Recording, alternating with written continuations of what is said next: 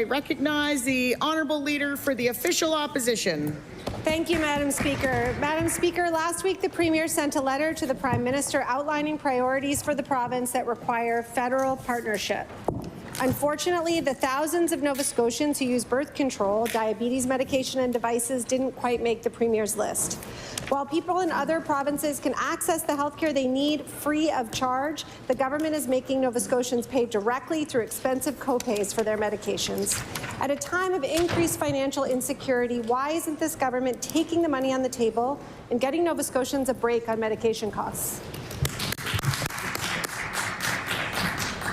I recognize the Honourable Premier. Thank you.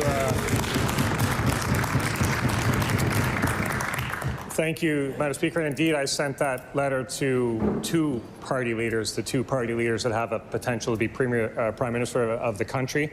I sent that to the Liberal Party and to the Conservative Party and outlined their priorities for Nova Scotians. Building the economy, creating jobs, getting us to a better place.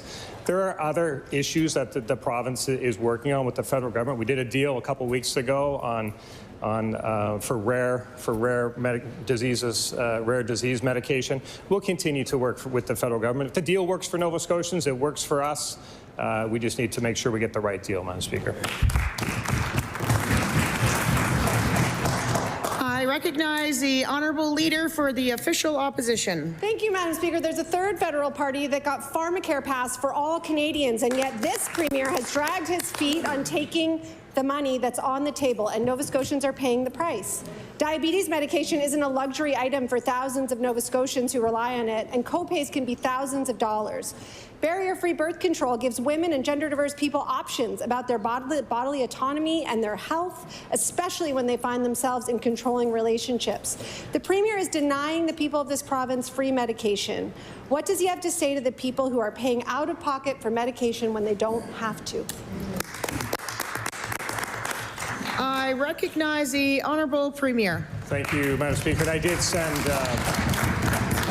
send the letter to the people who have the potential to be the Prime Minister of the country. Those are the ones we wanted to focus on. I would just say to the member that, we as a government, we have a responsibility to Nova Scotians. We have a responsibility to make sure it's the right deal, because we have seen also what happens when the wrong deal is signed. And members of this House will remember the Liberal government on the eve of an election signing a child care deal. We're still trying to clean that mess up, Madam Speaker. We have to make sure it's the right deal for Nova Scotians. We're doing that. We will continue to do that work. We'll try to clean up the rank government child care mess as well. That's an awful shame, Madam Speaker. We can't make the same mistake as they did.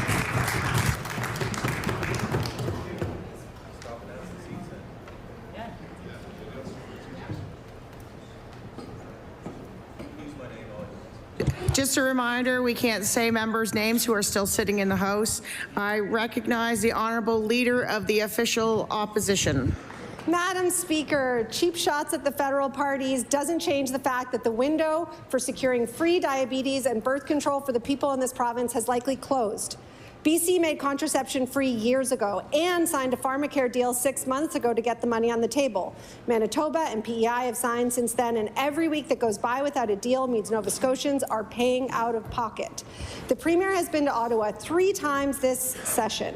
Why couldn't he find time to sign on the dotted line and get free medication for Nova Scotians?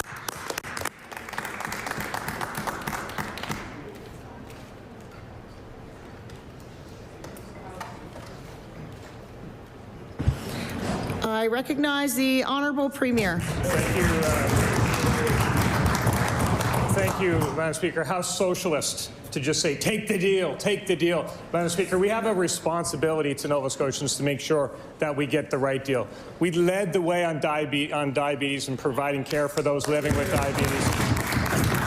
We're leading the way on the health care file in general. Incredible progress we're making, Madam Speaker.